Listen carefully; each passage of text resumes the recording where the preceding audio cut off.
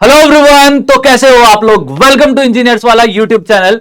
और आज हम आपके लिए लेके आए हैं बहुत ही शानदार वीडियो जो फ्यूचर वैकेंसी है आरएसएसबी जेई 2024 की। और इस वैकेंसी की खासियत यह है कि इसमें हर स्टेट का स्टूडेंट अलाउड होता है, मतलब हर स्टेट के बच्चे इसमें फॉर्म भर सकते हो। तो आप चाहे कहीं से भी बिलोंग कर रहे हो, ऑल ओवर इंडिया आप इस वैकेंसी के लिए फॉर्म भर सकते हो, जिसकी एग्जाम डेट भी पहले से ही फाइनल है कि ये फरवरी में एग्जाम करवा देगा। मतलब इसने एग्जाम डेट दे दी तो बेटा नोटिफिकेशन तो श्योर शॉट आएगा, और नोटिफिकेशन जो आएगा उसके अकॉर्डिंग हम लोगों को इसकी प्रिपरेशन कर लेनी है बहुत अच्छे से।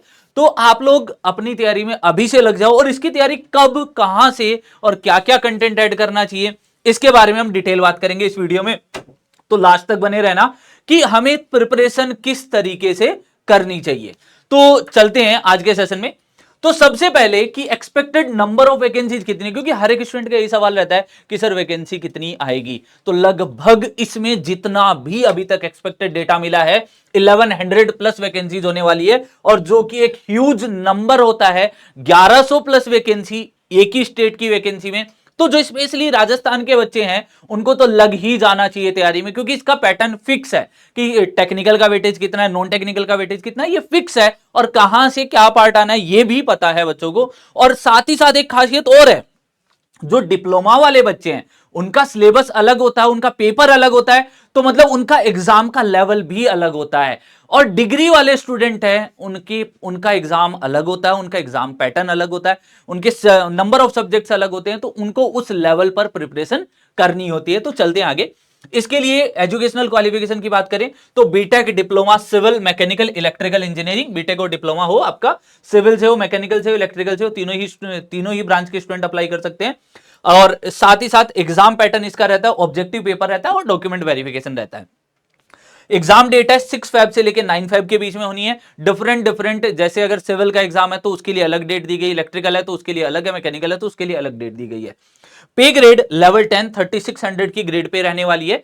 तो ये आपका ओवरऑल एक बेसिक ओवरव्यू हो गया कि राजस्थान जो आरएसएम एसएसबी जो बोर्ड है उसकी जो जेई की वैकेंसी आने वाली है उसमें किस तरीके से इसको देखना है। चलते हैं इसमें कौन कौन से डिपार्टमेंट्स है। ये सबसे पहला रहता है ना इश्यू कि सर कौन सा डिपार्टमेंट है, क्या मेरे लिए अच्छा होगा, फ्यूचर मेरा अच्छा होगा। तो बेटा सरकारी नौकरी और सरकारी नौकरी में डिपार्टमेंट की अगर बात की जाए तो पीडब्ल्यूडी पब्लिक वर्क्स डिपार्टमेंट हर किसी का फेवरेट होता है। चाहे आप एसएससी जेई की तैयारी कर रहे हो तो भी वहां से पीडब्ल्यूडी लेते हो, स्टेट में भी पीडब्ल्यूडी, फिर public health engineering department PHED, फिर water resources department WRD, department of local bodies DLB, Panchayati Raj department PRD, Rajasthan state agriculture marketing board RSAMB. ये इतने सारे डिपार्टमेंट आपके पास है। तो आपके पास डिफरेंट जैसे पब्लिक वर्क्स में तो पब्लिक से जो आपके जनरल वर्क्स होते हैं उन सारे, जैसे रोड का काम हो गया बेसिक जो स्टेट के अंडर आता है वो सारा ये देखता है, बिल्डिंग्स का काम ये देखता है, पीएचईडी जो वाटर सप्लाई का काम देखता है, ये जो वाटर रिसोर्सेज डिपार्टमेंट है ये क्या करता है, एग्रीकल्चर और ड्रिंकिंग के लिए वाटर की क्वांटिटी कितनी चाहिए, इसके लिए क्या क्या सोर्सेज होनी चाहिए उन पे काम करता है। डिपार्टमेंट ऑफ लोकल बॉडीज मतलब ये क्या रहता है कि जैसे आपको लोकल लेवल पर अगर कोई काम करवाने हो तो उससे रिलेटेड यहां पर काम होते हैं, तो इनके ऑर्डर भी कुछ आपको इसी तरीके से इसमें रखने हैं। तो इसके बाद सिलेबस पे चलते हैं। तो सबसे पहले हम इसको बाइफरगेट करें तो 2 आवर्स का आपका पेपर होता है, 120 मार्क्स का होता है, और इसमें नेगेटिव मार्किंग 1/3 की होती है। इंपॉर्टेंट बात क्या है, नेगेटिव मार्किंग 1/3 की होती है। और इसमें जनरल नॉलेज ऑफ राजस्थान का जो जीके आता है वो 40 मार्क्स का था, 40 क्वेश्चन आएंगे, मतलब ईच क्वेश्चन 1 मार्क कंसिस्ट करता है। साथ ही साथ इंजीनियरिंग डिग्री या डिप्लोमा रिलेटेड जो सब्जेक्ट्स है उसका 80 मार्क्स का रहता है, 80 क्वेश्चन आते हैं। ये डिग्री और डिप्लोमा का सेम एग्जाम पैटर्न है, बट दोनों के एग्जाम अलग अलग होते हैं, तो लेवल है वो डिफरेंस देखने को मिल जाएगा आपको। साथ ही साथ हम आगे बात करें तो इनमें प्रीवियस ईयर एग्जाम पैटर्न कैसा रहा था, प्रीवियस ईयर एग्जाम पैटर्न इसका कैसा रहा था। तो सबसे पहले देखो 2020 में जो डिग्री का पेपर हुआ था वो कैंसिल हुआ, 2021, 2022, 2016 डिप्लोमा, 2020 डिप्लोमा और 2022। तो सबके लिए अगर मैं बात करूं तो यहां पर देख रहे हो सोमोटोस strength of material and theory of structure 17 marks का आया था जब पेपर कैंसिल हुआ था, 2021 में 5 मार्क्स का और 2022 में 13 मार्क्स का। तो ओवरऑल हम ये कह सकते हैं 10 से ज्यादा मार्क्स का वेटेज रहने वाला है strength of material and theory of structure से। बहुत ही ध्यान से पढ़े क्योंकि ये काफी वेटेज कवर कर रहा है। सिमिलरली अगर डिप्लोमा में देखोगे 10, 11, 10 मतलब डिप्लोमा वालों के लिए भी 100 मोटोस दोनों ही इंपॉर्टेंट है, जिसमें मेजरली जो डिप्लोमा के केस में वेटेज था वो स्ट्रेंथ ऑफ मटेरियल का था, टॉस से रिलेटेड क्वेश्चन नहीं थे। तो आपको 10 प्लस मार्क्स यहां से मिल सकते हैं इस सब्जेक्ट से। फिर अगर हम आरसीसी की बात करें, डिग्री जब कैंसिल हुआ था तब 4 मार्क्स का था, 2021 में 6 मार्क्स का, 2022 में 5 मार्क्स का। डिप्लोमा में अगर हम देखें 10, 9 और यहां पर आपके पास 19 मार्क्स का आ गया। डिप्लोमा के लिए तो आरसीसी जो था वो इंपॉर्टेंट था, बट डिग्री में ज्यादा नहीं पूछा गया है। डिप्लोमा में अगर आप देखोगे तो काफी वेटेज कवर कर रहा है, ठीक है। साथ ही साथ अगर हम बात करें स्टील स्ट्रक्चर 2 मार्क्स का, यहां पर जब पेपर कैंसिल हुआ फिर 11 मार्क्स का, फिर 3 मार्क्स का। और जो डिप्लोमा है इसमें ये मेंशन्ड नहीं था स्टील स्ट्रक्चर, इसीलिए स्टील से कोई क्वेश्चन नहीं आए हैं। ऑटोगैड की अगर बात करें 3 मार्क्स, 2 मार्क्स, 2 मार्क्स, 5, 5, 3 मतलब ऑटोगैड का जो वेटेज है वो 2 से लेके 5 मार्क्स के बीच में रहने वाला है, डिग्री और डिप्लोमा दोनों के लिए ये कॉमन सब्जेक्ट है। सॉइल मैकेनिक्स की अगर बात करें तो 9 मार्क्स, 10 मार्क्स, 9 मार्क्स मतलब अगर हम देखें तो 9-10 marks, 9-10 marks soil mechanics cover कर रहा है। डिप्लोमा में 15, 15, 9 मतलब डिप्लोमा में भी 12-13 मार्क्स का रहने वाला है सॉइल मैकेनिक्स। बहुत अच्छे से कर जाना, इसमें भी आप सिलेबस देख के जाना क्योंकि काफी सारा पार्ट है और काफी सारा पार्ट आपका इसमें नहीं है। साथ ही साथ अगर सर्वेइंग की बात करें तो 12 मार्क्स, 8 मार्क्स, 4 मार्क्स मतलब सर्वे का वेटेज जब पेपर कैंसिल हुआ था तब 12 मार्क्स का था, उसके बाद 8 और 4 मतलब 7-8 मार्क्स, 9 मार्क्स का रहेगा सर्वे। तो आराम से सर्वे को पढ़ना है। डिप्लोमा में 10 मार्क्स, 11 मार्क्स, 10 मार्क्स तो मतलब सर्वे 10 प्लस मार्क्स का डिप्लोमा में रहने वाला है। फिर अगर बीएमसी की बात करें 8 मार्क्स, 16 मार्क्स, 4 मार्क्स मतलब बीएमसी का वेटेज है वो यहां पर अनसर्टेन है, अनसर्टेन है। तो आप जब बीएमसी पढ़ ही रहे हो तो थोड़ा सा ठीक ठाक तरीके से पढ़ लो, ठीक है, उसी तरीके से पढ़ लो। डिप्लोमा की अगर बात करें 10, 7, 14 मतलब 10 के आसपास डिप्लोमा में रहने वाला है, तो आपको आराम से बीएमसी को टाइम देना है, बहुत अच्छे से पढ़ना है। फिर एफएम की बात करें 9 marks, 8 marks, 6 marks. FM diploma में नहीं था, एफएम यहां पर डिप्लोमा वाले पार्ट में नहीं था, यहां पर 9, 8 और 6 ये आपको डिग्री वाले वेटेज में आपको 6 to 7 मार्क्स का फ्लूइड मैकेनिक्स जिसमें हाइड्रोलिक मशीन और ओसीएफ इंक्लूडेड है ये आपको देखने को मिल जाएगा। इसके बाद अगर मैं बात करूं तो यहां पर सीपीएम पर्ट का जो पार्ट है वो 2 मार्क्स का यहां पर था डिग्री में, अगेन जो फिर 6 मार्क्स का, फिर 5 मार्क्स का। मतलब यहां पर अगर हम सीपीएम पर्ट की बात करें तो 2, 6, 5 ऐसे मार्क्स के आपका वेटेज रहा हुआ है। और जबकि डिप्लोमा में एक ही साल आया सिर्फ 2 मार्क्स का, बहुत बेसिक क्वेश्चन आए थे। अगर आपने सीपीएम पर्ट का बहुत बेसिक पढ़ा है तो आप उसको कवर कर सकते हो। फिर अगर इरिगेशन हाइड्रोलॉजी की बात करूं 10 मार्क्स, 7 मार्क्स, 8 मार्क्स मतलब 10 मार्क्स का इरिगेशन हाइड्रोलॉजी आपके रहने वाला है। और बहुत ही प्यारे सब्जेक्ट है, बहुत ही अंडरस्टैंडिंग सब्जेक्ट है, आप आराम से इन सारे सब्जेक्ट को कर सकते हो। डिप्लोमा में ये वेटेज 15, 15 एंड 10 मतलब 12-13 मार्क्स का आपका इरिगेशन हाइड्रोलॉजी इस बार भी रहेगा। तो बी प्रिपेयर, क्योंकि इरिगेशन हाइड्रोलॉजी के लिए उसने डिपार्टमेंट भी मेंशन किया, पीएचडी एंड डब्ल्यूआरडी। इसके बाद में अगर हम बात करें एस्टिमेशन कोस्टिंग 4 मार्क्स का जब पेपर कैंसिल हुआ था, फिर 12 का, फिर 1 का अनसर्टेन वेटेज है। तो मतलब 6 से 7 मार्क्स, 5 मार्क्स के लिए इसके लिए रेडी रहो क्योंकि ये वेटेज आ सकता है। फिर 5 डिप्लोमा में ये 5 मार्क्स का था।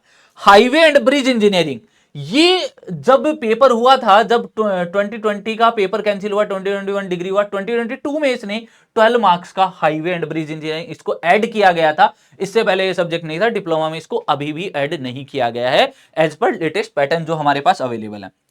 इन्वायरमेंटल इंजीनियरिंग इससे पहले नहीं था, 2022 में ऐड किया गया 8 मार्क्स का। डिप्लोमा में ये नहीं है इन्वायरमेंटल इंजीनियरिंग। तो इस तरीके से कुछ आरएसएसबी में काफी सारे सब्जेक्ट डिप्लोमा वालों के लिए नहीं है। जैसे अगर हाईवे नहीं पढ़ना उनको, पीएचई इन्वायरमेंट नहीं पढ़ना उनको, सीपीएम पढ़ तो थोड़ा पढ़ के चले जाना। फिर अगर हम बात करें तो यहाँ पर स्टील नहीं पढ़ना, एफएम हाइड्रोलिक मशीन और ओसीएफ नहीं पढ़ना, मतलब इतना पार्ट उनको नहीं पढ़ना। काफी सारे सब्जेक्ट बच जाते हैं डिप्लोमा वाले स्टूडेंट्स के लिए। फिर अगर हम उसके लिए आगे बात करें तो सिलेबस क्या क्या है सर, सिलेबस भी तो दिमाग में रहता है कि सर सिलेबस क्या होगा। तो सिलेबस राजस्थान जीके में history, art and culture, literature, traditions, heritage of Rajasthan, geography of Rajasthan, political and administrative system of Rajasthan, मतलब ऑल अबाउट राजस्थान पूछा है। History, polity, geography, economics and art and culture, ये 5 पार्ट आपको पढ़ने होंगे इसके लिए। इसके बाद टेक्निकल में अगर बात करें तो सिविल के लिए हम बात करने वाले हैं building technology and construction management, fluid mechanics, surveying, estimation, costing, field engineering, मतलब सर्वे में मेंशन किया गया है, irrigation and water resources, theory of structure and strength of material को एक ही जगह मेंशन किया गया है, स्ट्रक्चरल एनालिसिस अलग से दिया गया है डिग्री वालों के लिए, जिसको हम सोम प्लस टोस में एक ही साथ पढ़ लेते हैं, नाम दे देते हैं थ्योरी ऑफ स्ट्रक्चर। फिर design of RC, concrete and masonry structure, ध्यान रखना यहां पर मैसनरी स्ट्रक्चर से भी क्वेश्चन आता है, तो इंपॉर्टेंट है बेटा, पढ़ लेना मैसनरी स्ट्रक्चर। इसके बाद में हम बात करें design of steel structure, soil mechanics and foundation engineering, और यहां पर कंस्ट्रक्शन टेक्नोलॉजी, ये अलग पार्ट है, कंस्ट्रक्शन टेक्नोलॉजी जरूर पढ़ के जाना है, रिसेंटली डेवलप्ड जो टेक्निक्स है उनसे रिलेटेड क्वेश्चन आते हैं। AutoCAD civil engineering, public health engineering और कुछ नहीं, एनवायरमेंटल इंजीनियरिंग और हाईवे एंड ब्रिजेज है। रेलवे एयरपोर्ट मेंशन नहीं है तो रेलवे एयरपोर्ट नहीं पढ़ना, तो यहां पर ओवरऑल ये आपका पार्ट रहने वाला, और इसको मैंने मेंशन भी किया प्रीवियसली कि आपको कौन सा पार्ट पढ़ना है डिप्लोमा में और कौन सा पार्ट नहीं पढ़ना। अगेन मैं रिपीट कर देता हूं, डिप्लोमा वालों को अभी जो लास्ट पैटर्न है उसके अकॉर्डिंग एनवायरमेंट नहीं पढ़ना, हाईवे एंड ब्रिज इंजीनियरिंग नहीं पढ़ना, और फ्लूइड मैकेनिक्स नहीं पढ़ना, और स्टील स्ट्रक्चर नहीं पढ़ना। मेजर 4 सब्जेक्ट जिनसे बच्चे को डर रहता है वो यहां पर नहीं पढ़ने हैं। तो बेटा जो भी डिप्लोमा वाले स्टूडेंट है वो तैयार कर लें इसको अच्छे से, तो उनके लिए बहुत बेटर हो जाने वाली है चीजें। ठीक है, अब बात करते हैं सर तैयारी कैसे करें, डेप्थ प्रिपरेशन स्ट्रेटेजी क्या होनी चाहिए अगले आने वाले टाइम में। सबसे पहले जो भी स्टडी मटेरियल है वो गैदर करो। अगर आप किसी कोर्स से पढ़ रहे हो तो वो कोर्स से पढ़ो, अगर आपने अभी तक कोर्स नहीं लिया तो पीडब्ल्यू ने कोर्स लॉन्च कर दिया है, आरएसएसबी जेई का, वहां से आप कोर्स ले सकते हो। फिर आप अपना एक स्टडी प्लान बनाओ, पीडब्ल्यू का तो है ही, साथ ही साथ इंजीनियर्स वाला का तो है ही, तो आप साथ ही साथ अपना भी एक स्टडी प्लान बनाओ कि सर मुझे इसको फॉलो करना है, मेरा इसके अकॉर्डिंग इतनी डेट को ये सब्जेक्ट खत्म हो जाना चाहिए। फिर जैसे ही आपका जो सब्जेक्ट खत्म उसकी प्रैक्टिस करो, मॉक टेस्ट करो, प्रैक्टिस करो, अगेन मॉक टेस्ट दो, प्रैक्टिस करो, अगेन मॉक टेस्ट दो, ये रिपीटेड साइकिल रखना चाहिए। बट इसके साथ साथ एक और नेसेसिटी चीज है बेटा, सबसे पहले जो ध्यान रखना अपना हेल्थ का, और हमेशा खुश रहना है, तभी वो जितना भी पढ़ा है ना वो सारा काम आएगा। अदरवाइज कोई काम नहीं अगर आप खुश नहीं हो तो जिंदगी में। ठीक है, पहले खुश रहो, अपनी हेल्थ का ध्यान रखो, उसके साथ साथ आप पढ़ाई करो। फिर स्टैंडर्ड, इसके इन सारी चीजों के लिए क्या होना चाहिए आपके पास, स्टैंडर्ड बुक्स या फैकल्टीज होनी चाहिए। अगर आपने अब तक भी कोर्स नहीं लिया है तो ले लो इंजीनियर्स वाला से, आपके पास जो भी जेई और एई जितने भी रिलेटेड एग्जाम है सारे सबके लिए कोर्स अवेलेबल है, वहां से आप ले सकते हो, और स्टैंडर्ड बुक्स से आप हेल्प ले सकते हो जो कंटेंट आपको समझना है। फिर attempt mock test and PYQ, जितने भी मॉक टेस्ट एंड पीवाईक्यू है इसको अटेम्प्ट करो। अब सर ये खाली ब्लॉक क्यों है, बेटा यहां लिख लेना खुद से रिवीजन, जो आप लोगों को करना है। आप यहां लिख लेना बेटा शॉर्ट नोट्स जो आप लोगों को बनाने हैं, है ना। ऐसा नहीं हो कि सर ने नहीं लिखा इसका मतलब खाली जगह है, ये शॉर्ट नोट्स है, मैंने लिखा जानबूझ के नहीं है इसमें। फिर शॉर्ट नोट से नंबर ऑफ टाइम रिवीजन करो, और इस साइकिल को बार बार रिपीट करते रहो, जिससे आपके सिलेक्शन में आपको हेल्प मिलेगी। आपके कोई भी क्वेरीज है, कोई भी डाउट है तो आप शुभम सर पीडब्ल्यू टेलीग्राम पर डाल सकते हो, या यहां पर कोई भी कमेंट सेक्शन, यहां पर इस वीडियो के नीचे कमेंट सेक्शन में भी आप मेंशन कर सकते हो जो भी आपको इस एग्जाम से रिलेटेड डाउट हो। और ऐसे ही और इंपॉर्टेंट सेशन के लिए बने रहिएगा इंजीनियर्स वाला के साथ। तब तक के लिए अलविदा, bye bye, take care, all the best. कितना मिनट की